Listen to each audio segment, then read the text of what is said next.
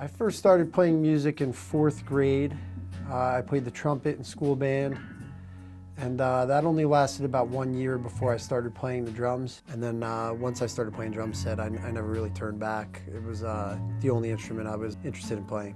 My biggest inspiration as a musician has been Neil Peart from Rush and the band Rush in all different parts of my life and in my playing. They've influenced me in different ways. My favorite moment so far being an Eyeswan was definitely writing our last full-length record, Manipulations. Warren and I spent like hours, months down in this basement ironing out these songs. We started with a real rough idea, and over time it got very refined. And then once we got Guy involved, it was like the cherry on top. You know, the finished product ended up being much more than I expected. I started playing music when I was in 4th grade. I learned how to play trombone. Played for about 1.5 years and hated it. Around the time I was 13, I picked up guitar. Started playing with bands. Then I picked up bass guitar.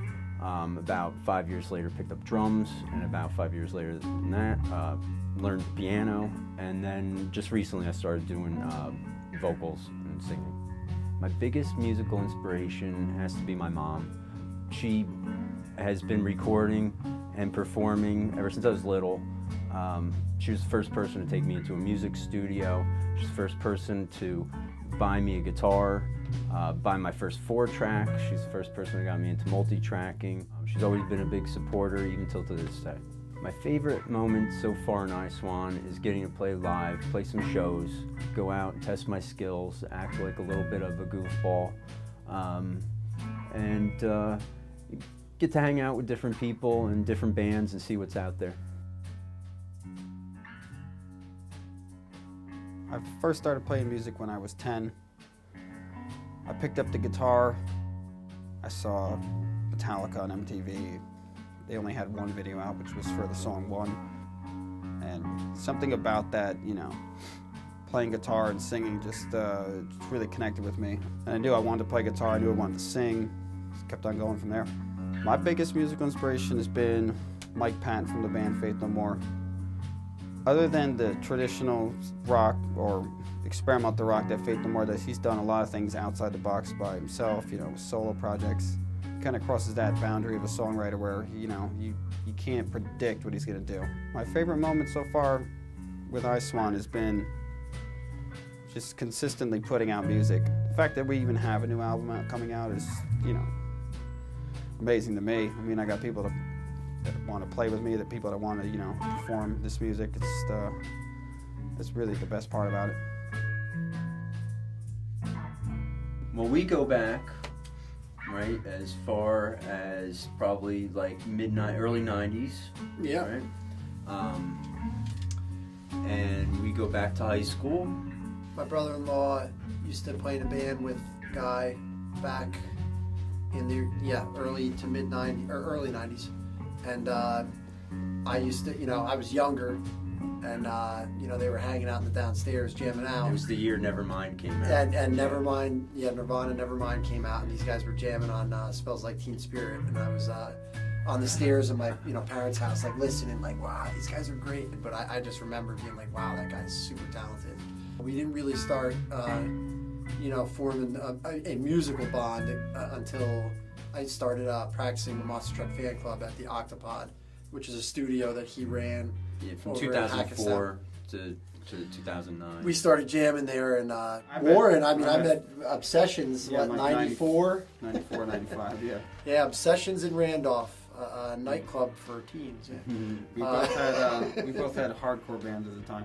And then I met you through Octopod. Yep. To remix your first demo. The Eyeswan, right? the first demo. EP. Yeah, Yep. first EP for Eyeswan. So we spent, you know, what, 18 months making that record? Well, writing and arranging, we spent at least a summer.